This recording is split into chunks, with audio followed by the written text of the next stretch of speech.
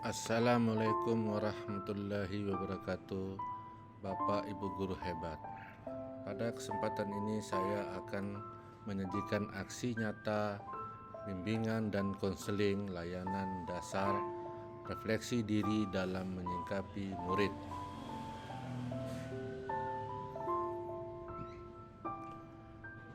Pengertian dari bimbingan dan konseling itu adalah bimbingan konseling adalah pelayanan bantuan untuk peserta didik baik individu maupun kelompok agar mandiri dan berkembang secara optimal dalam hubungan pribadi, sosial, belajar, karir melalui berbagai jenis layanan dan kegiatan pendukung atau dasar norma-norma yang berlaku. Sedangkan etika kerja dalam bimbingan konseling ada 10, yaitu 1. Kerahasiaan, 2. Keterbukaan, 3. Kesukarelaan, 4.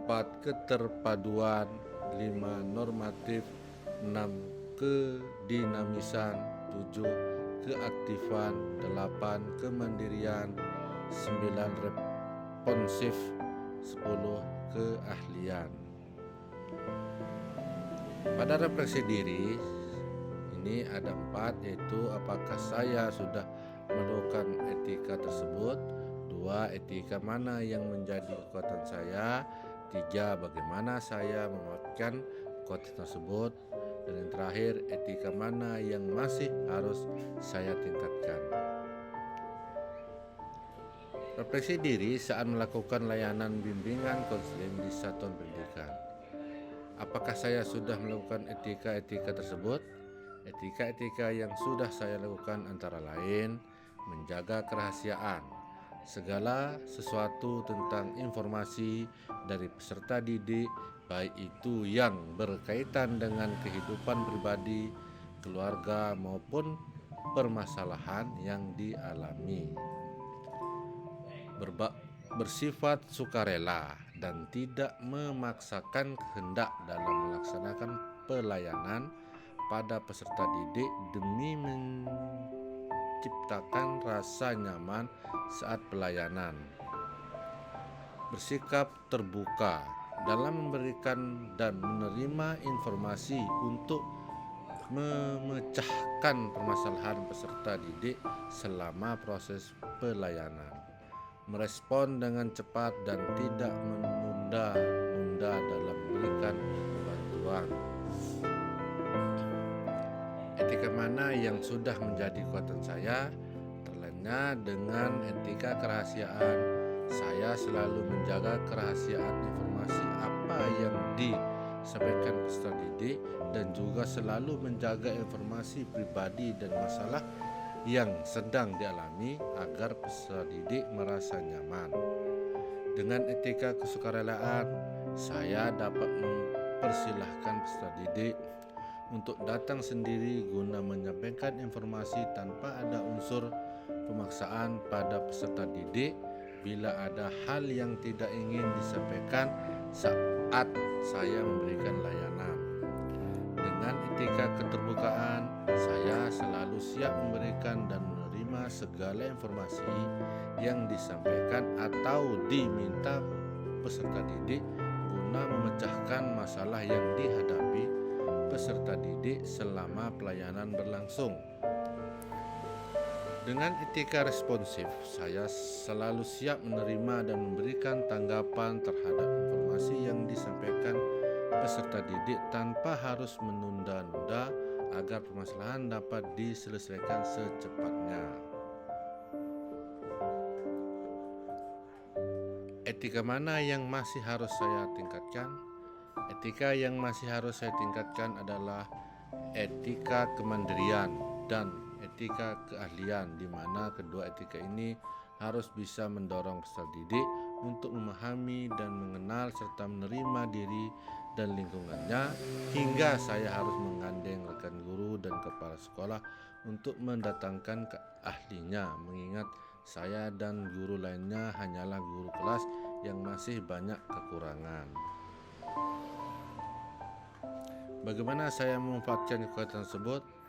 Saya memanfaatkan etika kerahasiaan, kesukarelaan, keterbukaan, dan responsif sebagai kekuatan saya dalam memberi dan menerima informasi dari peserta didik agar peserta didik merasa nyaman dalam pelayanan bimbingan dan konseling yang saya lakukan.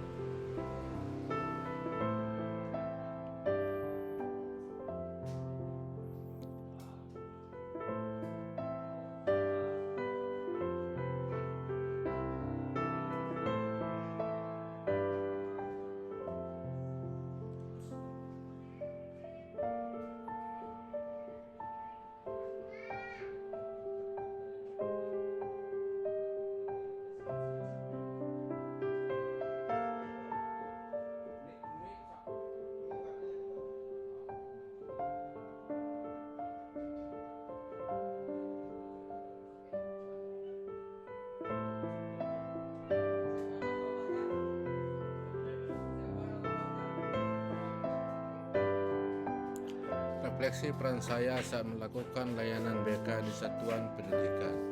Peran dalam membantu peserta didik.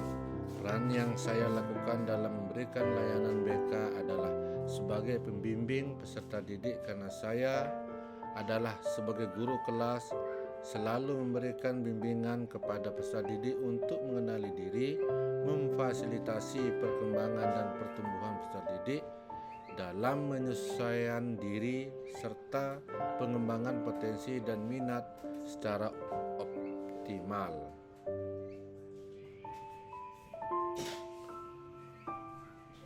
Hal apa yang harus saya tingkatkan?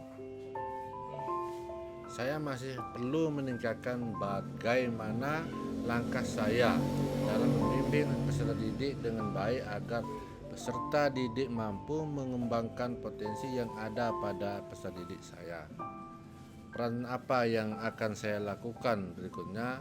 Saya akan mencoba menjadi seorang konselor.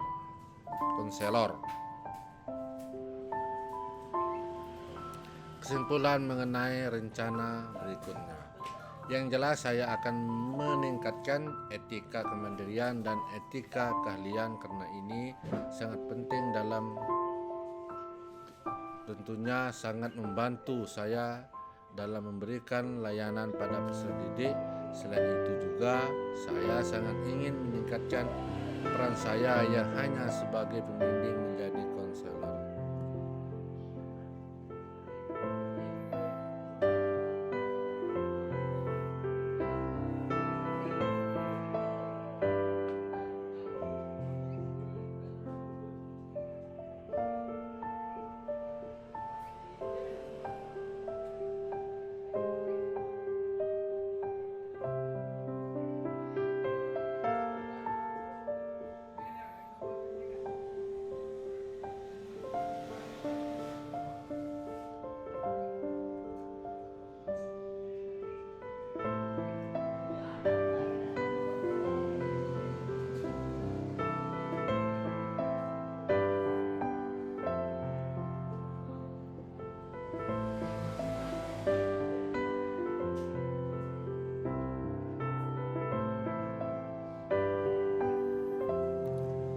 Semoga dengan aksi nyata ini kita bisa mendapatkan ilmu dan hal yang positif. Sekian dulu dari saya dan sampai jumpa di aksi nyata lainnya. Terima kasih. Wassalamualaikum warahmatullahi wabarakatuh.